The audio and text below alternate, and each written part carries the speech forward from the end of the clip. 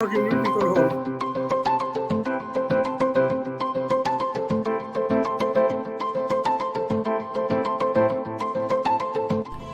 This is Rare Media. To whom it concerns, welcome to the panel.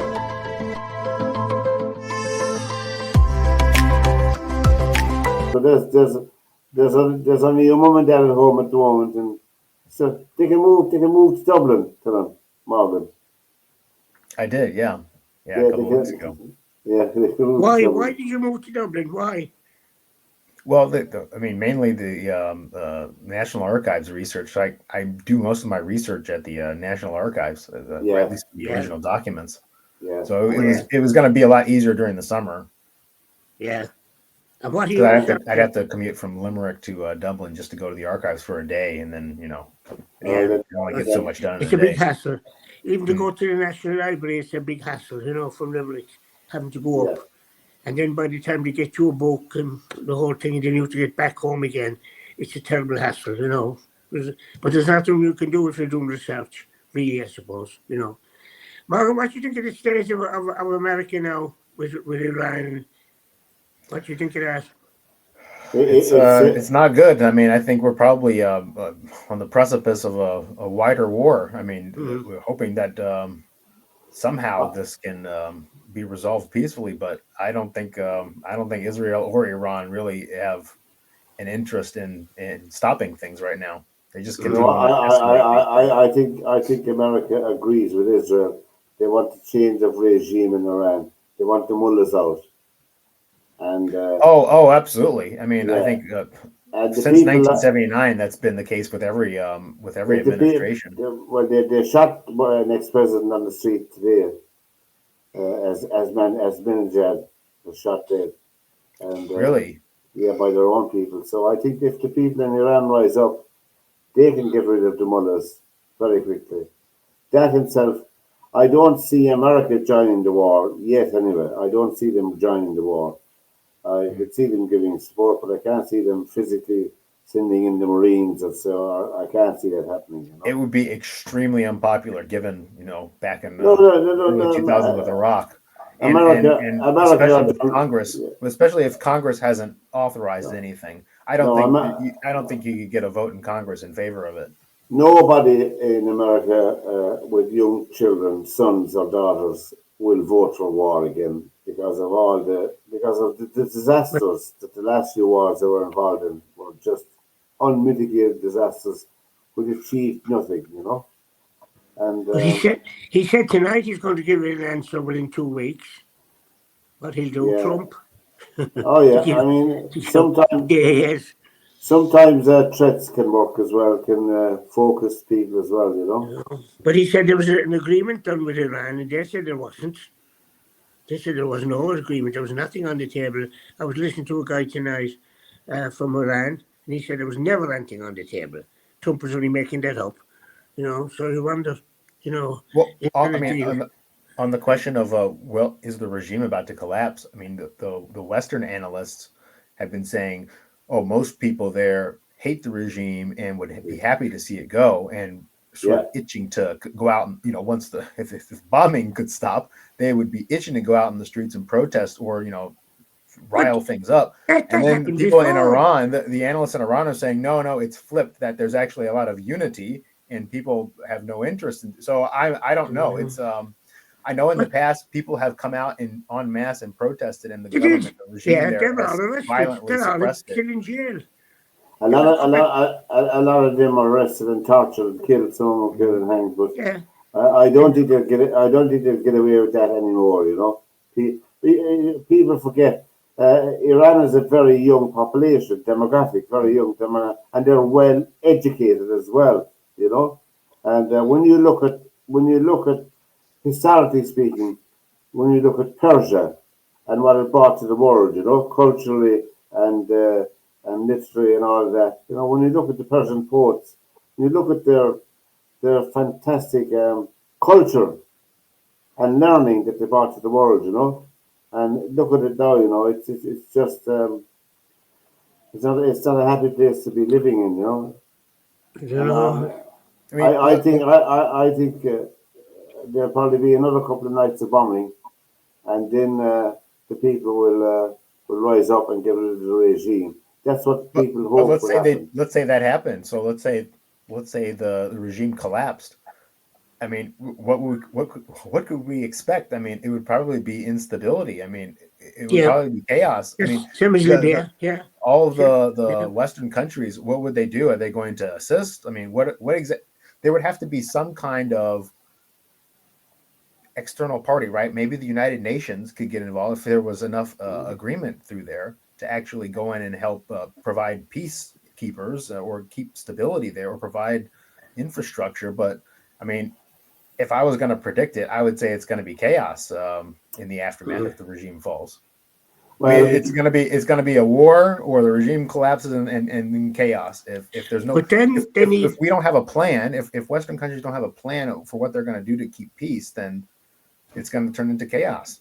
I would say that, well, Iraq is. I would say that the pivotal role, if the regime collapses, the pivotal role would be reliant on the cooperation, if it's possible, of other Muslim countries around the area, to put a steady hand in place. I think they should have learned their lesson from Iraq and Syria. Certainly they should have, You have a jihadist in charge in Syria, which is not good, and not a good look, And I think that there's very little talk about it, but I mean, he was one of the most prominent members of ISIS at that time, the leader of Syria, and so that is not a good look, and that can only end in disaster, in my opinion. Not being the pessimist, but I don't see any. But they're gone very quiet in Syria.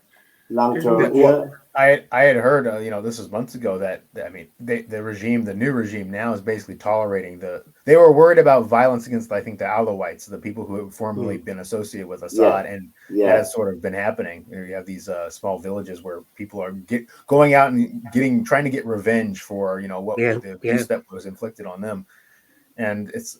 I mean, for me, what is mind-boggling is where is the United Nations? Where are peacekeepers? Where are the Western countries, the United States, even China and Russia, all the large powers? Where are they to try to? It's to everybody's benefit for this region to be peaceful and stable. Well, there's no doubt about that if there are peacekeepers there. The trust in the United Nations is broken. Yeah. Let's call it spade a spade. More particularly when you talk about the United Nations in the Middle East and Far East, it's utterly broken. So the United Nations needs to be fixed, and fixed quickly. The whole setup of the United Nations, the principles and all were good and laudable after the Second World War, but it's not fit for purpose in today's world, in my opinion. You cannot dictate to people anymore. People are educated now. They're aware of the world has got smaller, very small. And so you cannot say to someone, throw away your gun, we'll make sure everything's going to be okay, And when we know that's not going to be followed through, you have a permanent stranglehold of the United Nations by Russia, China, France, Germany, Great Britain, and America. Or not Germany, the five. They're in charge of the United Nations. They don't have the moral authority to be in charge anymore, in my opinion, collectively. And so, if I could implement one reform, it would be that the Power Five with the vetoes should be excluded from the Security Council. I mean, it's a Security Council that's blocking like the votes in the General Assembly. I mean, to me, that's the biggest problem is you have these major powers who have interests all around the world, and they're the ones who should not be able to vote. They should not have a vote on the Security Council.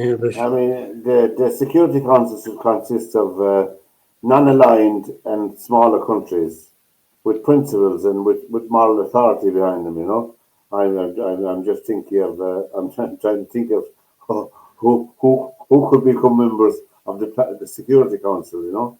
But I really think that they have to have a serious look at the organization. I mean, it's so big, it's so massive that it's like trying to turn around a big big ship in the sea takes a while to turn it around full circle. It's going to take a lot of dynamic people, and you had a lot of dynamic people in the United Nations in the early days. You had wonderful Secretary Generals of the United Nations. You had do you remember Uthan? Uthan, yeah, I don't remember him well. You had before, I remember him before him. What's his name? Dag Hammarskjöld. Dag Hammarskjöld, yeah. Yeah, from Sweden. He was Swedish. He was killed. And then he was killed. And then Uthan, I think, was from Thailand. Was he from Thailand, I think? And but like that, it's gone to pot altogether now, you know. Anyway, we wonder, like, you know. Anyway, that's not here nor there. We're not going to solve the United Nations anyway. No, but it needs that. I mean, the world needs a strong United Nations now more so than ever, and they're stuck. They're impotent to do anything meaningful. You know, they're depending on the United States to act as if they're the United Nations. You know. And people should remember the United States have their own domestic problems, have their own challenges in their own economy, in their own country, you know, massive problems to solve, and they're not going to give it all their attention. You have a war in Europe that's going on for a couple of years with Ukraine and Russia, and there's nobody talking about it now. You know, nobody talking about it now. You know, you wonder what is going to happen. I don't know. We won't solve it anyway. No, we'll move along and talk about our own country for a while. Anyway, the doll will be going on holidays soon. Who? The doll will be going on holidays. There was a sad event this week, in my opinion. I'm saying this with my two tongues and my two cheeks. There was a sad event this week. Paul Murphy, one of our TDs, the Egyptians didn't keep him. They never kept him. They sent him back. In Egypt, I never knew he could have brought me 2 banknotes from Egypt. I'm looking for. He could. Anyway, but they kept him in Egypt and they wouldn't let it. Is he back? Was he back or not? Yeah. Paul Murphy, our TD, People Before Profit, left-wing TD, went over to support the Hamas terrorist march in Egypt. You know, and how were they going to march from Egypt to Gaza? They didn't do their due diligence when the border between Egypt and Gaza is permanently closed. There's no access. So they went to Egypt, the shore of left-wingers, and they were arrested promptly. Their passports were taken off of them, and they were thrown into holding places, you know. And eventually, anyway, they were left to go home out of the way, you know. It achieved a lot of publicity, all right, but I don't know what they're going to do. Remember Kneecap was up in jail and in court today in London. I remember a Kneecap, but he's put back now till I think it's sometime in August. Yeah. He was up for having a flag supporting Hezbollah. Yeah, and that's his flag. A nice flag at his concert, yeah. You didn't see that, Morgan, did you? I did hear that, yeah. Yeah, I remember a Kneecap. So, but he got great support, he did, today. They were all singing in all outside the courthouse. You know, he's funny. But like that, is it democracy or not then? Should you be allowed to protest if you want? You see? Some people say you shouldn't be protesting. So, I don't know. Does it work? Sometimes it does, sometimes it doesn't, you know? Well, America, if you went around with the Confederate flag in America. Yeah. Oh, it could be any flag. Yeah, the First Amendment. You can go out and protest and wear whatever you wear. As long as you're not threatening anybody, as long as you're not inciting anyone to violence, you can go out and wear what you want. Yeah, but I wouldn't like to be walking in some of these northern states now with a Confederate flag. I wouldn't like to be going through. I wouldn't either. But it happens. Going through Kansas now with a Confederate flag. And singing Dixie. Talk about protection. I wish I was in Dixie. Hooray, hooray. Most people in Kansas would probably take issue with that. I think so. You know, but there's still... Not all of them, but most of them. Did your man come from Kansas, Daniel Boone, did he? No, I don't think I don't think Daniel. so. I don't believe Daniel No, Boone did. No, no, he couldn't have because Kansas didn't. Well, wouldn't have existed as a state when he was Yeah. elected. no. Much later. Yeah. Kit Carson, where was he from? Kit Carson. Maybe anything to Carson above the 6 counties. You see. I don't know. Are you still doing research on conflict, Morgan? Is that what you're doing? There was a Yep. program on Tuesday night. I was watching it about we'll call him a chap above in Belfast by the name of Winston Irving.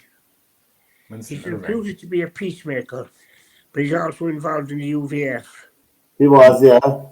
Irvin, yeah. He got money he was given money for some job, and he was paid to be a kind of a peacemaker. But he was arrested then for having guns in his car. And what was he doing with the guns in his car if he's supposed to be a peacemaker? Yeah, the UVF for the Ulster Volunteer Force, which was... But you'd wonder, like, what he's up to, you know. So, program showed him up now for what he was, like, you know, he's sitting at the table and he promoting peace, and then he gets arrested with having guns. So you kind of wonder what the situation is with him. So, are you learning more about our history, Morgan? Oh, indeed, yeah. Especially the foreign policy. Yeah. My research mainly looks at the 40s and 50s and 60s. So right now, I'm looking at there's in 1952 a military aircraft order within the government to give the Minister for External Affairs the power to authorize foreign military aircraft like the RAF to enter Irish airspace to patrol or to send their airplanes away. So for me, when I'm looking at NATO, I'm wondering, was this one of the motivations for rejecting NATO if you're going to have some kind of secret agreement with the British to allow the RAF to fly into Irish airspace? Well, why join NATO and spend a whole bunch of money if you don't have to do that? Well, they've used the RAF has kindly have a tacit role in protecting our airspace as well, you know, without having any formal agreement, you know. Without having any written agreement, I should say. But our first lawsuit. The lawsuit. There's the Crockwell, the government of Ireland lawsuit. Yeah. The government will neither confirm nor deny that an agreement exists. And you won't see anything written down either. You won't find anything written down because our first speaker at the United States was Frank Aiken. He was our first major contributor at these speeches. I'm sure you've looked at these speeches at the United Nations, you know? I was just there on Tuesday. At the UCD. I was looking at his archives. Yeah. A formidable man, and we have played. Well, I don't know how you describe Ireland's foreign policy, you know. We're part of we're part of the European Union now, which really we're supposed to be acting in unison with them, you know. That's when it suits us. We're acting in unison with them, but I don't know whether that's true in many cases or not, you know, because today they're trying to enact what they call the Occupied Territories Bill. I'm sure you've heard of that, and which is a nonsense, really, you know. Particularly when our own country is occupied, our 6 counties in our country is occupied by another government. I mean, what are they playing at? You know, I don't know. I don't understand that at all. You know, it's just politics, you could say. But then again, I don't think there's any kudos for them for that. You know, there'd be no kudos. I can't see that bill being enacted into law, an actual law. I can't see it happening. You know. And you know, you'd wonder, like, you know, that we've had so many decisions, and there's never accountability. We don't know who. I like to know who's the person that came up with this. We never hear who the person is. All you hear is a decision was made by a committee, but it must be one person. If we're ever on a committee, there's one person brings the idea, but you never hear who this person is. You know, and he seems that usually say he gets away really with murder. You never hear who makes these decisions for us. You know, anyway. for any bill to be enacted by the Dáil, it has to be it has to be conform with our constitution, and the person who makes sure that happens is the present Attorney General. You know, would have to scrutinise that, see that it can be enacted into law. I don't know about America or how things work in America because I suppose if Congress votes on something, it's law. It's a law then. If both houses approve it, then the bill is sent to the president, and the president can either sign it or veto. And if the president vetoes it, then 2/3 of both houses have to then reapprove the bill. So in most cases, if the president vetoes it, it's very difficult to actually get it passed. But so it's a very powerful measure to block a bill. But it can be sent back again to both houses. Right. Know? So they can't override the veto, but you need 2/3 of the House and then 2/3 of the Senate to both approve it. Yeah. Which is a huge hurdle to jump over. You know. Right. So effectively we could say that the president can veto a law. The president in America now has a lot of power. Yes. Under the Constitution. We get mixed up here. We have a president who's just a figurehead. In Ireland, under our Constitution. The president in our case is a figurehead. The president has only one role, really. Well, there's a couple, but one of them is to see that legislation conforms with the Constitution. And he has a Council of State to assist him in that. If he feels that there's a measure going through our Parliament that is not sitting right, he can call his Council of State together and they can scrutinise that bill and make certain suggestions for it. But we have something similar in the U.S. The president has what we call the Office of Legal Counsel. So this is not in the Justice Department. This is in the White House. So the Office of Legal Counsel are like White House lawyers who will advise the president on, let's say it's a bill being presented in Congress, whether they like it or not, and they can maybe try to find legal weaknesses in it, and maybe the administration will try to challenge it or block it or file a lawsuit if it gets enacted into law and try to challenge it. All right. Oh, I see. Yeah, I can't remember anything. I remember watching the programs in black and white when Kennedy was, John F. Kennedy was in consultation with Henry Kissinger and all his advisors at that time during the missile crisis. You know? Missile crisis, yeah. Yeah, I remember there were some fantastic programs on that, some fantastic characters as well, you know. Kennedy had his executive committee, so XCOM. He created the executive committee, and it was all of his top advisors who were basically meeting every day to go over the crisis situation. Yeah.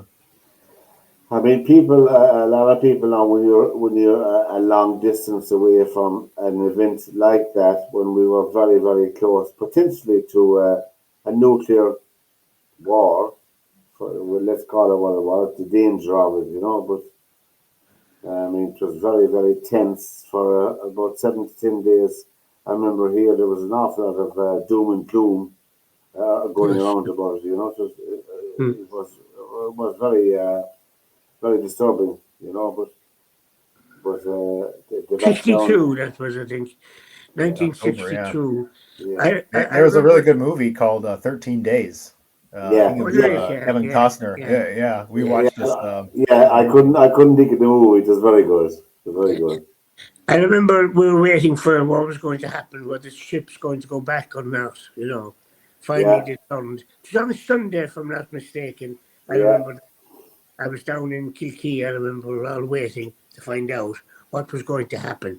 You know, finally, anyway, they turned back, Khrushchev, and President Kennedy. I remember that well, I do. But like that, it was the first time of a nuclear war. But like, getting back to what we started off with, well, how are the Iranians going to be stopped? They need this American 300-pound bomb to do. Well, I'll tell you, just finishing up with Kennedy's, I mean, that was the nearest we came to. This has the same potential, what's going on now. Slightly a bit further away, but it can lead up to the same outcome if there isn't care taken of it, you know. It can really, you know, You know, and I mean, I don't know how near Iran was to the nuclear bomb. You know, I don't know. Nobody Pretty knows close. that. Pretty close. You once said tonight anyway on television. Who? There was a spokesperson on from the White House, and she said they were pretty close to it. They had enriched uranium, and they're very close to it. That's why. I just heard that. Yeah, the Yeah. administration said that they already had everything. Well, I don't know if this is true. This is what they Right. said. They said that Yeah, you Iran wouldn't has know, everything but they need, and it would take them basically 2 weeks to actually put everything together. yeah, That they have everything necessary for a bomb, and it would take them yeah, 2 weeks to actually put it all together. I have no idea if that's true. And just like 2002, well, you usually present evidence to the Security Council. You go through the collective security. I mean, there's none of that. No, we don't know what is actually true or not. Israel attacked Iran, and the whole purpose of this, what according to Israel's defense minister, was to destabilize Iran. And obviously, Israel doesn't want Iran to have a nuclear weapon, but the No, defense no. minister said they're doing this to destabilize the Iranian Yeah. regime. If They you want the regime to collapse. Yeah, if you were living in Israel, you wouldn't want Iran to have a nuclear facility at all. You know, you just certainly but there's a wouldn't. You huge know. facility that the Iranians have under the ground somewhere, kind of northwest of Tehran. And if they get rid of that, they're going to need this 300-pound bomb The only the U.S. has the that can bombs penetrate capable the of. ground.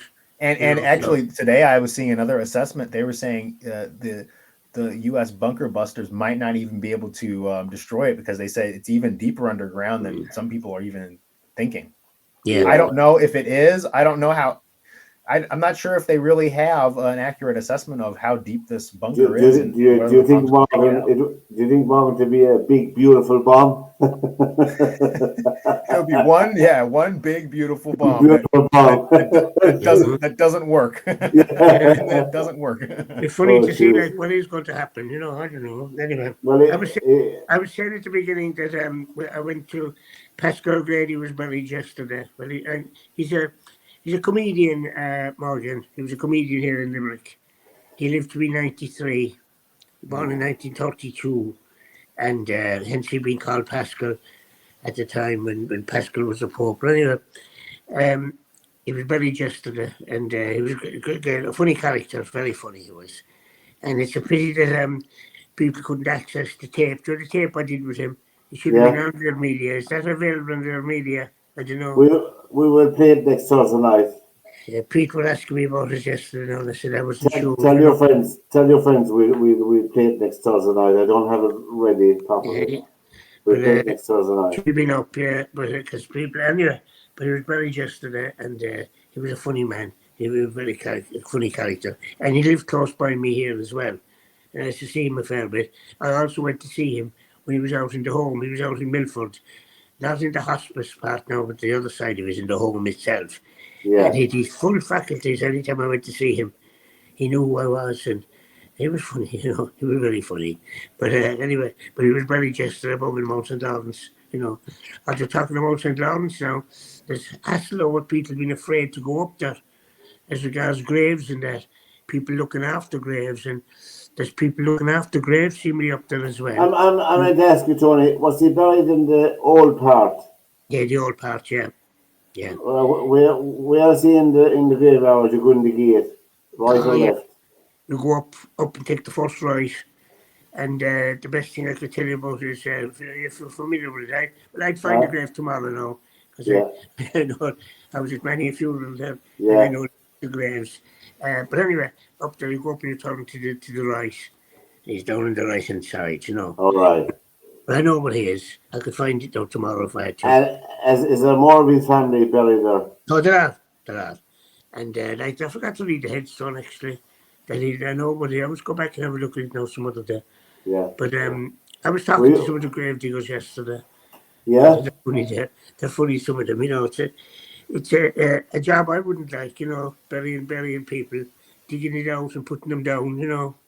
I don't think I'd like that now. Would you, Morgan? Would you like that job? What did they think about it? Like what were their thoughts on it? So it's like any job. It's like water off a duck. It's when they see one funeral, they've seen them all. That they come and go all the time. And we have They've been doing it for a while. That's the municipal cemetery we have. Opened in 1855, and 1853, but then it wasn't popularised in 1855, and there's an extension onto it. Plus, there's another graveyard as well. Across the road. Yeah. Right? There's a place across the road from it. Oh, no, but but there's another one in Mount St. Oliver, which is fairly new. Because other than that, there were 6 other graveyards in Limerick, but they were all kind of. It takes about 100 years for a graveyard to go out of service because people still want to be buried. That was an old marriage proposal here, Morgan, in Ireland, years ago. So, Fred would ask a girl, "How would you like to be buried with my crowd?" You know, it was a kind of a marriage proposal. If you want to be buried with his crowd, because husband and wife usually went down together, unless there was a row in the family. Sometimes you get people that they don't want to go down with their own people; they want to be buried someplace else. You know, which and it's in America there are very few burials. So that I think it's mainly cremations in the States. I think is it cheap? At least as far as I know, but most people still like to be have burials. Yeah, I think it might be shifting. I think more and more people are opting for a cremation, but I think the general trend is still for burial.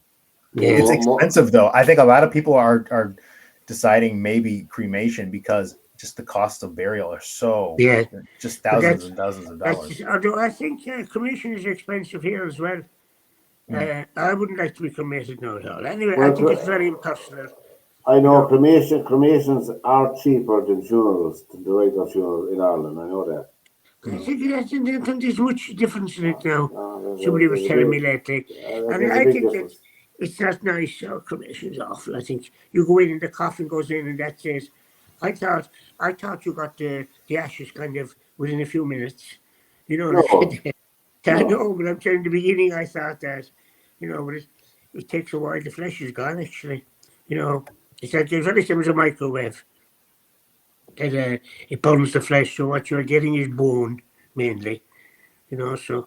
I was at a funeral recently. It was a cremation. A friend of mine, he dropped dead. He was only 48, I think, 48, 49, and very sad. But he was cremated, and I was down to the lads behind the cremation because that was the 3rd funeral there that day, the 3rd cremation. Oh yeah. And I was talking to him and I said, because they can only fire it up to a certain degree once or twice in the day, and those 3 bodies are being cremated. And I said, how will you know who's who? They're all burned together. Mm-hmm. He said, that's my secret. There was a name tag in the position. Put a name tag around the neck, so they know. So the ashes are sort of a family recipe, all stirred together. You see the ads, Heinz 57 varieties of soup. They should insist on putting a name tag on their toe, shouldn't they? You might get your neighbor's cat mixed in with it. You wouldn't know. But anyway. Somebody didn't like, They're funny. I'm only joking. It's a good talk to finish on, isn't it? It is, yeah. So Morgan, we'll play for people who are listening to this and looking at this later on. We will play Tom and Pascal next Thursday night on the program. We'll do a little tribute to Tom and Pascal, Tony, the one you were talking about on YouTube. And we'll keep it as clean as we can. But for tonight, from Mary, Morgan, Tony, and myself, till we meet again, lads, next Thursday night, take care and have a good week. No, sure, Morgan. Bye.